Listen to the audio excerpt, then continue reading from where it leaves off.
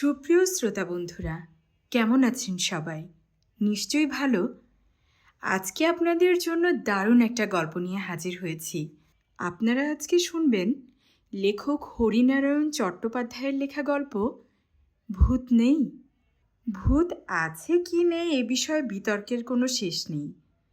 তবে আজকের গল্পে এ বিষয়ে আমরা বিতর্কে যাব না। ভয় পেয়ে যে আমরা মজা পাচ্ছি, এটাই আমাদের কাছে আসল বিষয় হোক। তাহলে চলুন আপনাদের নিয়ে যাই ভয়ের রাজ্যে। শুনতে থাকুন আজকের গল্প আর আমার সঙ্গেই থাকুন। আমি তোমাদের আগেও বলেছি, এখনও বলছি, ভূত আর ভগবান নিয়ে তর্কের আজও শেষ হয়নি। যতদিন মানুষের মনে অনুসন্ধিৎসা থাকবে ততদিন এই বিতর্কের শেষও হবে না। এ বিষয়ে পৃথিবীর বিদ্বান এবং সাধারণ লোক দুটো মত পোষণ করেন। কেউ বলেন বিজ্ঞান ভূতের অস্তিত্ব মানে না, কিন্তু বিজ্ঞান কি শেষ কথা? আমাদের সব প্রশ্নের উত্তর বিজ্ঞান দিতে পারে। আবার কেউ বলেন ভূত নিশ্চয়ই আছে। এমন ঘটনা তোমাদের মধ্যে অনেকেই শুনেছ কিংবা দেখেছ। খ্যাতনামা ডাক্তাররা যে মুমূর্ষু রোগীকে দিনের পর দিন চিকিৎসা করেও সারাতে পারে না, এক সামান্য ফকির রোগীর গায়ে হাত বুলিয়ে কিংবা তার মাথায় একটা রুদ্রাক্ষ ছুঁয়ে তাকে সম্পূর্ণ নিরাময় করে তুলেছে। এতে বোঝা যায় আমাদের লৌকিক জগতের বাইরে আর একটা জগৎ আছে, যেটা ঠিক বিজ্ঞানের নিয়মে চলে না। তোমরা পরজন্ম সম্বন্ধে অনেক কথা শুনেছ, সংবাদপত্রেও নিশ্চয় পড়েছ। জাতিস্বর নিয়ে কত আলোচনা হচ্ছে। আজ একটা গল্প শোনো। সুদূর রাজস্থানে মরুর মধ্য দিয়ে উটের পিঠে চেপে বাপের সঙ্গে ছোট 7 বছরের ছেলে চলেছে। হঠাৎ একটা গ্রামের কাছে একটা কুটিরের দিকে হাত দেখিয়ে ছেলে বাপকে বলল, ওই দেখো বাবা, ওই আমার বাড়ি, ওখানে আমার আত্মীয় স্বজন সবাই আছে। বাপ প্রথমে কড়া ধমক দিল ছেলেকে, কিন্তু তাকে নিরস্ত্র করা গেল না। তার মুখে একই কথা, ওখানে আমার বুড়ো বাপ রয়েছে, বউ চন্দ্রা রয়েছে, ছোট ভাই এক ভোরবেলা পিছন থেকে ধাক্কা দিয়ে আমাকে কুয়োর মধ্যে ফেলে দেয়, তুমি চলোই না ওখানে। কৌতূহলের বশবর্তী হয়ে বাপ সেই কুটিরের সামনে গেল। দাওয়ার ওপর এক বৃদ্ধ হাঁপাচ্ছে, একটি বউ জল তুলছে কুয়ো থেকে। ছেলেটি উঠ থেকে নেমে হনহন করে বৃদ্ধের সামনে গিয়ে দাঁড়াল। বাবা, আমি কেশবপ্রসাদ, তোমার বড় ছেলে। দু চোখের ওপর কোচকানো মাংসের স্তর নেমেছে, দৃষ্টিশক্তি ক্ষীণ। বৃদ্ধ ঝুঁকে পড়ে দেখে বলল, দিল লাগি করতে এসেছ? আমার ছেলে আজ 8 বছর মারা গেছে। ভোরবেলা কুয়ো থেকে জল তুলতে গিয়ে পা পিছলে পড়ে গিয়েছিল কুয়োর মধ্যে। ছেলেটি বলল, না বাবা, পা পিছলে যায়নি, মধুপ্রসাদ তাকে ঠেলে দিয়েছিল। তার মতলব ছিল আমি না থাকলে বজ্রার ক্ষেত বাড়িঘর সবই সে পাবে। যে বউটি জল তুলছিল সে ছেলেটির কথায় আকৃষ্ট হয়ে কাছে এসে দাঁড়াল। তার দিকে চোখ পড়তেই ছেলেটি চেঁচিয়ে উঠল, আরে চন্দ্রা, আমি কেশবপ্রসাদ, তোমার মরদ। চন্দ্রার বয়স বছর 30-এর কম নয়। সে 7 বছরের স্বামীকে দেখে হেসে ফেলল। চোখের কোণে একটু জলও দেখা গেল। বলল, পাগল কোথাকার। ছেলেটির বর্তমান বাপ একটু পিছনে দাঁড়িয়েছিল। এবার সে এগিয়ে এসে বলল, কি ঝামেলা করছিস? দেরি হয়ে যাচ্ছে, চল। ছেলেটি যাবার কোনো লক্ষণই দেখালো না। দাওয়ার উপর বসে পড়ে বলতে লাগল, কোন ঘরে সে শুতো, সে ঘরে কি আসবাব আছে, বজ্রার ক্ষেতের পরিমাণ কত, বাপের 2 বার সাংঘাতিক অসুখ করেছিল, বিকানির থেকে সেই হাকিম নিয়ে এসেছিল। আরও অনেক অনেক অনেক কথা সে বলল। সে কোন গায়ে বিয়ে করেছিল, চন্দ্রার বাপের নাম কি, এমনকি বিয়ে করে বউকে নিয়ে যখন ফিরছিল তখন মাঝপথে তুমুল বালির ঝড় উঠেছিল। সে আর চন্দ্রা সারা দেহ আবৃত করে উটের পেটের নিচে আশ্রয় নিয়ে নিজেদের বাঁচিয়েছিল। চন্দ্রা শোষিত অবাক। 7 বছরের ছেলে এসব কথা জানল কি করে? এবার ছেলেটি জিজ্ঞেস করল, মধুপ্রসাদ তো আর নেই? না, তাকে ক্ষেতের মধ্যে সাপে কামড়েছে। তুই যাবার 1 বছরের মধ্যেই। ছেলেটি যাবার মুখেই বাধা। চন্দ্রা তাকে জড়িয়ে ধরে ভেউ ভেউ করে কান্না। সে তাকে ছেড়ে দেবে না। ছেলেটি বলল, আমার নবজন্ম হয়েছে। নতুন আমির ওপর তোমাদের কোনো দাবি নেই। আমার বাবা আছে, মা আছে, দাদারা আছে। সে সংসারে ফিরে যেতেই হবে, এ নিয়ম। ছেলেটি বাপের সঙ্গে আবার উটের পিঠে চাপল। তবে মাঝে মাঝে সে পুরনো সংসারেও আসত। এই ছেলেটি জাতিস্বর। আগের জন্মের কথা সব তার মনে আছে। বিজ্ঞানের কি ব্যাখ্যা দেবে? খবর পেয়ে বিখ্যাত এক গবেষক ছেলেটির কাছে গিয়েছিলেন। তাকে নানাভাবে পরীক্ষা করেছিলেন। শেষে এই সিদ্ধান্তে এসেছিলেন যে এর মধ্যে কোনো কারচুপি নেই।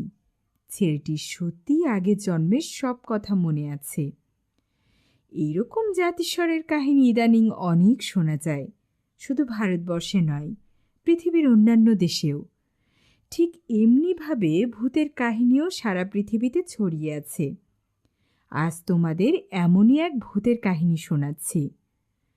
এই কাহিনীর সঙ্গে আমিও কিছুটা জড়িত, কাজেই এটা যে নির্ভেজাল সত্যি কাহিনী এ বিষয়ে তোমাদের কাছে আমি হলপ করে বলতে পারি।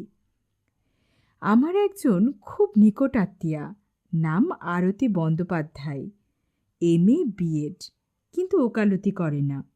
বেসরকারি অফিসের আইন বিভাগের উচ্চপদস্থ অফিসার। থাকত পাইকপাড়ায় এক বান্ধবীর সঙ্গে একটি ফ্ল্যাট নিয়ে। বান্ধবীটি এক স্কুলের শিক্ষিকা। জীবন দুজনের বেশ ভালো কাটছিল। ছুটি দিন, সিনেমা, কিংবা আরও অনেক বান্ধবী মিলে বনভোজন অথবা গড়ের মাঠে প্রদর্শনী দেখতে যাওয়া। হঠাৎই আরতির বিয়ে ঠিক হলো। পাত্র উচ্চশিক্ষিত, এক যন্ত্রপাতির কারখানার আধা মালিক। আরতি আমার কাছে এসে দাঁড়ালো। আপনি তো অনেক কিছুর সন্ধান রাখেন, আমাকে একটা বাড়ি খুঁজে দিন। জিজ্ঞেস করলাম, কি কিনবে নাকি? না না, ভাড়া নেব। খুব বড় দরকার নেই, দুজনের থাকবার মতন। একটু যেন ভালো এলাকায় হয়, আর দক্ষিণ কলকাতায় হয় এটা দেখবেন, কারণ ওর কারখানাটা কালীঘাটে। আমি নিজে থাকি বালিগঞ্জে, একেবারে লেকের কাছে। পরদিন থেকেই বাড়ি খোঁজা শুরু করে দিলাম। শুধু নিজে নয়, গোটা দুয়েক দালালকেও লাগিয়ে দিলাম। অনেক বাড়ির সন্ধান এলো, কিছু নিজে, কিছু আরতিকে সঙ্গে নিয়ে বাড়ি দেখতে লাগলাম। আরতি ভারী খুঁতখুঁতে মেয়ে। কোনো বাড়ি তার পছন্দ হলো না। কোনো না কোনো কারণে সবই নাকচ করে দিল। 3 মাস ঘোরাঘুরির পর কালীঘাট অঞ্চলে এক বাড়ির সন্ধান মিলল। পার্কের সামনে প্রায় নতুন বাড়ি, সদ্য রং করা হয়েছে। খানতিনেক কামরা, বারান্দা, বাথরুম, আবার ওরই মধ্যে এক ফালি উঠানো আছে। সেই অনুপাতে ভাড়াও খুব বেশি নয়, 200 কড়ি। বাড়ির মালিক পাশের বাড়িতেই থাকেন। এ বাড়ি আরতির পছন্দ হয়ে গেল।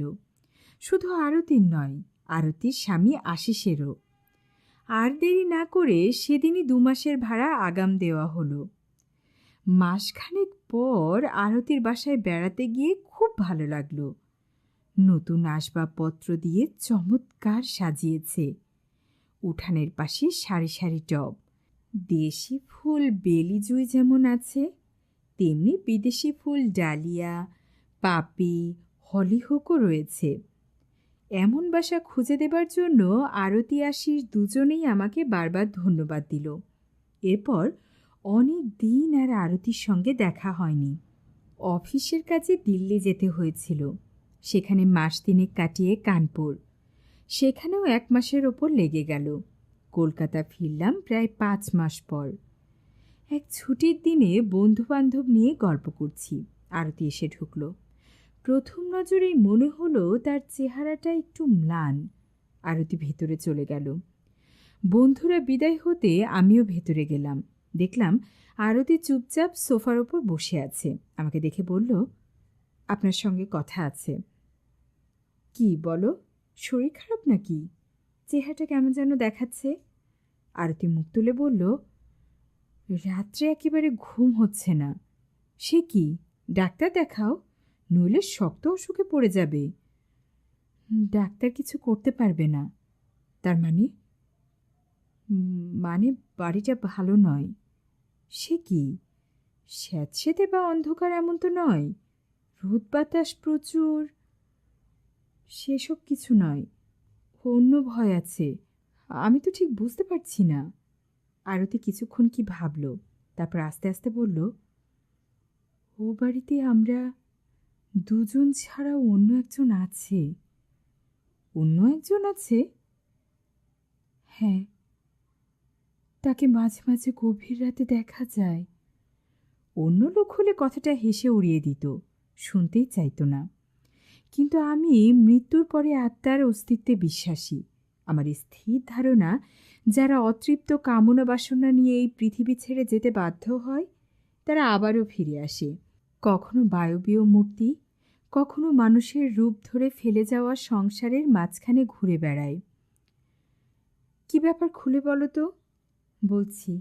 আরতি কোলের ওপর রাখা ভ্যানিটি ব্যাগটা পাশে নামিয়ে রাখল। সহজ হয়ে বসে বলতে লাগল, মাস দুয়েক আগে হঠাৎ খুটখাট শব্দে ঘুম ভেঙে গেল।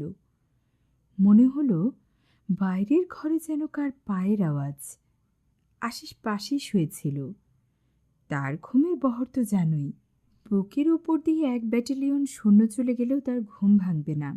কাজেই তাকে ডাকার চেষ্টা না করে নিজেই উঠে পড়লাম। ভীতু যে এই বদনাম আমাকে কেউ কখনোই দিতে পারবে না, বরং সবাই জানে আমি রীতিমতো সাহসী। প্রথমে জানালা দিয়ে দেখলাম, কিছু দেখা যায় না, কিন্তু খুটখাট শব্দ ঠিক চলতে লাগলো। মনে হলো খড়ম পায়ে কে যেন পায়চারি করছে, অথচ কোনো লোককে দেখা গেল না। রাতে মাংস রান্না হয়েছিল, হাড়ের টুকরো রান্নাঘরে প্লেটের ওপর পড়েছিল। খুব সম্ভবত ইঁদুর সেই হাড়ের টুকরো বাইরের ঘরে নিয়ে এসেছে। কিছুক্ষণ দাঁড়িয়ে থেকে আবার বিছানায় এসে শুয়ে পড়লাম।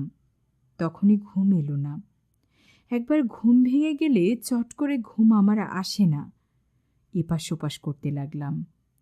পাশের লোকটি অকাতরে নিদ্রা যাচ্ছে, নাক দিয়ে বিচিত্র ধ্বনি বের হচ্ছে। ঘরে হালকা সবুজ রঙের একটা বাতি জ্বলছিল। অন্ধকারে আমি ঘুমাতে পারি না, এ আমার ছেলেবেলার অভ্যাস। হঠাৎ দেখলাম দীর্ঘ একটা ছায়া আলোকে আড়াল করে এ ঘর থেকে অন্য ঘরে চলে গেল। চমকে উঠে বসলাম।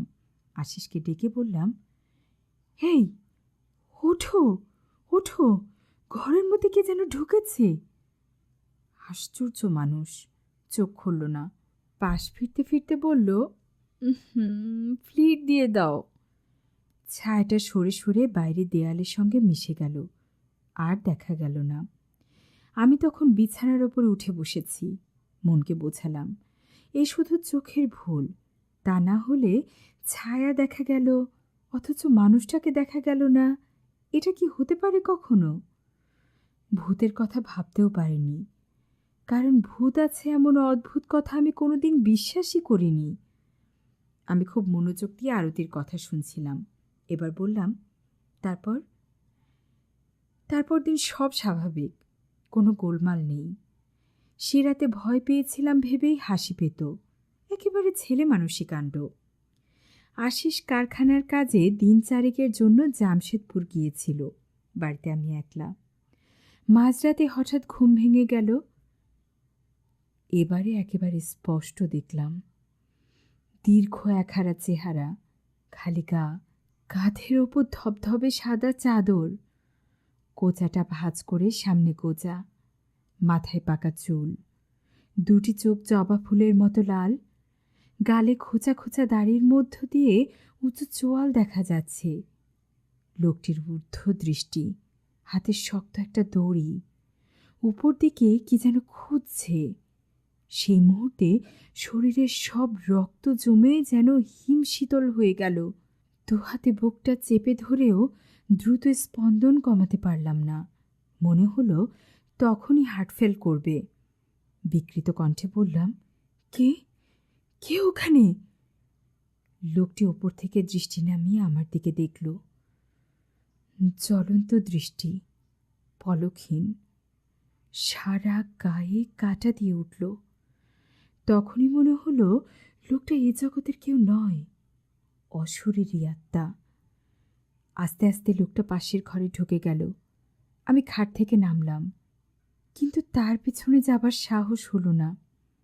এই কথাগুলো বলবার সময় দেখলাম আরতির মুখ চোখ ফ্যাকাশে হয়ে গেছে। আমি বললাম, এরকম যখন ব্যাপার তখন না হয় ওই বাড়ি ছেড়ে দাও, অন্য কোথাও বাড়ি খুঁজি।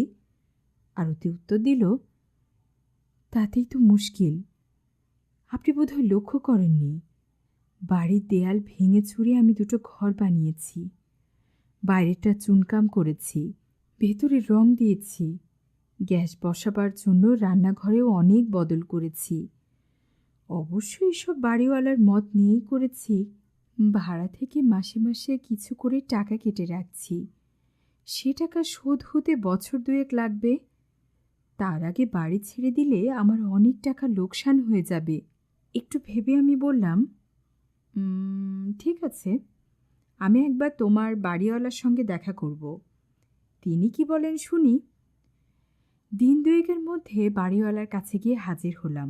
ঘোরতর কৃষ্ণবর্ণ, বিশালাকার লোক।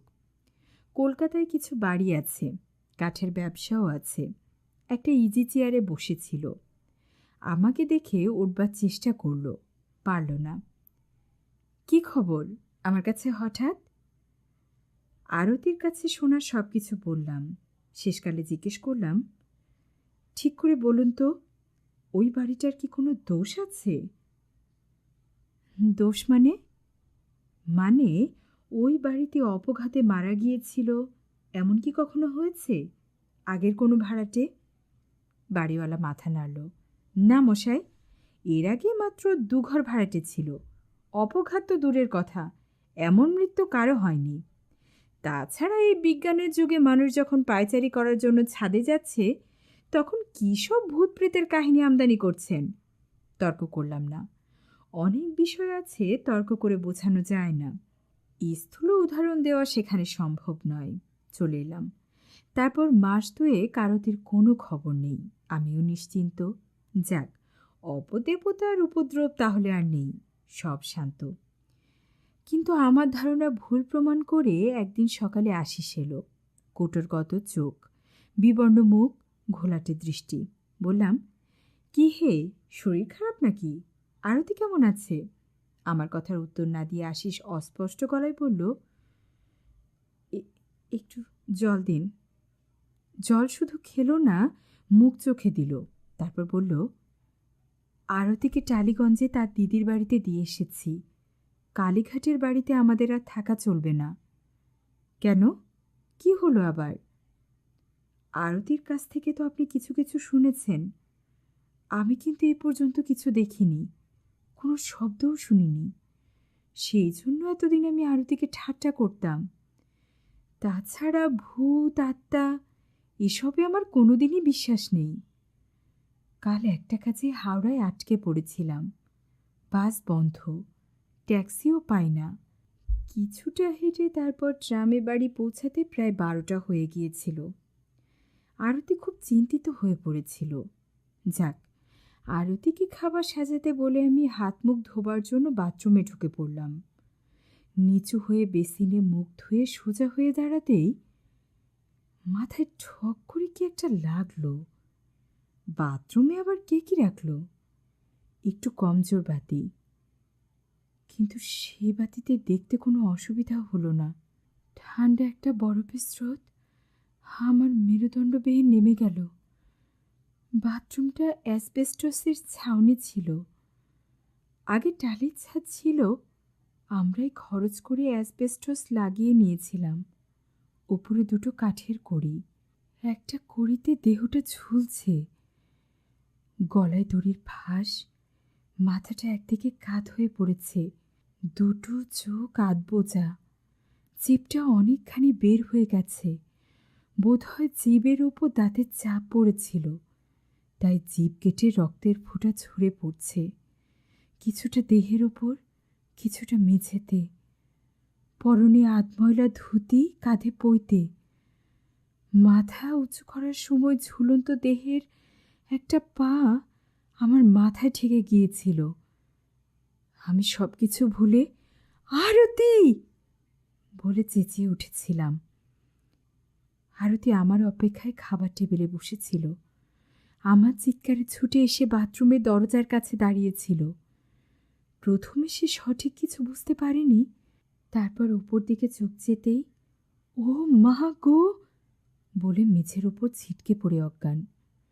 আরতির মুখে জলের ঝাপটা দিয়ে কোনো রকমে জ্ঞান ফিরিয়ে আনলাম। তারপর বাকি রাতটা দুজনে বাইরের ঘরে বসে কাটালাম। ভোরের আলো ফোটার সঙ্গে সঙ্গে প্রথমে ট্রামে উঠে আরতিকে নিয়ে যখন তার দিদির বাড়ি এলাম, তখন জ্বরে আরতির গা পুড়ে যাচ্ছে, দুটো চোখ করমচার মতন লাল। আমি চুপ করে সব শুনলাম। আশিসের কথা শেষ হতে জিজ্ঞাসা করলাম, আরতি এখন কেমন আছে? খুব ভালো নয়, বিকারের ঘরে মাঝে মাঝে চেঁচিয়ে উঠছে। ও ওই লোকটা, ওই লোকটাই তো ঘুরে বেড়াচ্ছিল দড়ি হাতে। আমি এখানে থাকবো না, আমাকে অন্য কোথাও নিয়ে চলো। অবশ্য আরতির জন্য খুব একটা চিন্তা নেই, ভয়টা কেটে গেলেই ঠিক হয়ে যাবে। কিন্তু সব কিছু নিজের চোখে দেখবার দারুণ ইচ্ছে হলো। এমন তো নয় একসময় দরজা খোলা পেয়ে বাইরের কোনো লোক বাড়ির মধ্যে ঢুকে পড়ে আত্মহত্যা করেছে। সে হয়তো আত্মহত্যা করবার জন্য নির্জন কোনো জায়গা খুঁজছিল। তাই আশিসকে বললাম, চলো একবার নিজের চোখে দেখে আসি চলো। তাছাড়া তোমরা ব্যাপারটাকে ভৌতিক ভাবছ, তা তো নাও হতে পারে। পুলিশে খবর দেওয়াও তোমাদের একটা কর্তব্য, তারাই সে মৃতদেহের ভার নেবে। আশিস আমার সঙ্গে চলল। তালা খুলে ভিতরে ঢুকলাম। বাথরুমের মধ্যে গিয়ে অবাক হয়ে গেলাম, কোথাও কিছু নেই, সব পরিষ্কার। আশিসকে জিজ্ঞেস করলাম, কই হে, কোথায় তোমার ঝুলন্ত দেহ? রক্তের একটা ফোঁটাও তো কোথাও দেখছি না। আশিস রীতিমতো অপ্রস্তুত। সব তোমার চোখের ভুল, বুঝলে? আশিস মাথা নাড়ল। কিন্তু দুজনেই কি ভুল দেখলাম? ওরকম হয়, একজনের ভয় আর একজনের মধ্যে সঞ্চারিত হয়ে তাকেও এক ধরনের কাল্পনিক দৃশ্য দেখায়। তুমি দেখো না, কাল রাতে তুমি যদি সত্যি ওরকম একটা দৃশ্য দেখে থাকো, তাহলে আজ কোথাও কিছু নেই। তা কি কখনো হতে পারে? এখানটাই তো দেখেছিলে নাকি? মুখ তুলে ওপরের দিকে দেখে আমি থেমে গেলাম। কি আশ্চর্য, এটা তো আগে দেখিনি। কড়ির সঙ্গে একটা মোটা দড়ি বাঁধা, দড়িটা ফাঁসের আকারে ঝুলছে। অস্বীকার করব না, আমার হাত পা বেশ ঠান্ডা হয়ে গেল। বুকের দাপাদাপির জেরে ভয় হলো, স্পন্দন থেমে না যায়। এই দড়ির ফাঁস তো প্রথমবার দেখিনি। আরও অবাক কাণ্ড, দড়ির ফাঁসটা অল্প অল্প দুলছে, অথচ কোথাও বাতাস নেই। বাইরে বাতাস থাকলেও বাথরুমের বাতাস ঢোকবার কোনো সুযোগ নেই। আশিসের সঙ্গে বেরিয়ে এলাম। এটা যে ভৌতিক ব্যাপার নয়, কোনো মানুষের কারসাজি, তা হওয়া অসম্ভব নয়। কোনো যুক্তিতর্ক বিস্তার করেও সমাধান করতে পারলাম না। আরতির আর ও বাড়িতে ফিরে যায়নি। ভবানীপুরে একটা বাড়ি ঠিক করে উঠে গিয়েছিল আর্থিক লোকসান হওয়া সত্ত্বেও। এই ঘটনার প্রায় মাস তিনেক পর এক বিকেলে কালীঘাট পার্ক দিয়ে যাচ্ছি। হঠাৎ আরতির বাড়িওয়ালার সঙ্গে দেখা হয়ে গেল। একটা বেঞ্চে বসে আছে। আমি তার পাশে বসে পড়ে জিজ্ঞেস করলাম, মশাই, সত্যি কথা বলুন তো, বাড়িটার কী রহস্য? আমার আত্মীয়া তো আর থাকতে পারল না, পালিয়েই গেল। প্রথমে কিছুতেই বলবে না, অবশেষে আমার পীড়াপিড়িতে বলল, এক বুড়ো ভদ্রলোক ওই বাড়িতে আত্মহত্যা করেছিল, তা প্রায় বছর 10 আগে। পেটে শূল বেদনা ছিল। বাড়ির সবাই নিমন্ত্রণ খেতে বাইরে গিয়েছিল। তখন বাথরুমে বুড়ো গলায় দড়ি দেয়। তারপর থেকে যে ভাড়াটে আসে তারাই ভয় পায়, বেশি দিন কেউ থাকতে পারে না। আমি বললাম, গয়ায় পিণ্ডদানের ব্যবস্থা করেননি কেন? করার চেষ্টা করেছি মশাই, অনেকবার করেছি। প্রত্যেকবার এক একটা বিপদ। বুড়োর আত্মীয়রা গয়ায় গিয়েছিল পিণ্ড দিতে। 3 দিন ধরে দারুণ ঝড় বৃষ্টি, ধর্মশালা থেকে বের হতেই পারল না। আমি নিজে একবার গিয়েছিলাম। ট্রেন থেকে স্টেশনে নামতে গিয়ে পা পিছলে পড়ে 1 মাস হাসপাতালে শয্যাগত। পুরোহিত দিয়ে শান্তি স্থাপনের আয়োজন করার চেষ্টা করেছিলাম, সেখানেও বিপত্তি। পুরোহিত আসনে বসবার সঙ্গে সঙ্গে ছাদ ভেঙে একটা চাঙড় তার মাথায় পড়ল। পুরোহিত জ্ঞান হারিয়ে মেঝের ওপর লুটিয়ে পড়ল। ব্যাস, তারপর থেকে আর কোনো পুরোহিতই আসতে রাজি হলো না। কি করি বলুন তো? এর উত্তর আমার জানা ছিল না, কাজেই সেদিন বাড়িওয়ালার প্রশ্নের কোনো উত্তর দিতে পারিনি। একটা কথা শুধু মনে হয়েছে, পৃথিবীর সব অবিশ্বাসী মানুষদের জড়ো করে চিৎকার করে বলি, যারা মনে করেন মৃত্যুর সঙ্গে সঙ্গে সব কিছু শেষ হয়ে যায়, প্রেতজনই বলি আর কোনো কিছুই নেই, তারা কালীঘাট অঞ্চলের এই বাড়িটায় রাত কাটিয়ে যান। বাড়িটা এখনও খালি। ঠিকানা আমার কাছ থেকে সংগ্রহ করে নিয়ে যাবেন। অবশ্য আমি ভালো মন্দ কিছু হয়ে গেলে তার জন্য দায়ী থাকব না। এই মর্মে আমাকে একটা লিখিত চুক্তিপত্র দিতে হবে। আজকের গল্প এ পর্যন্তই।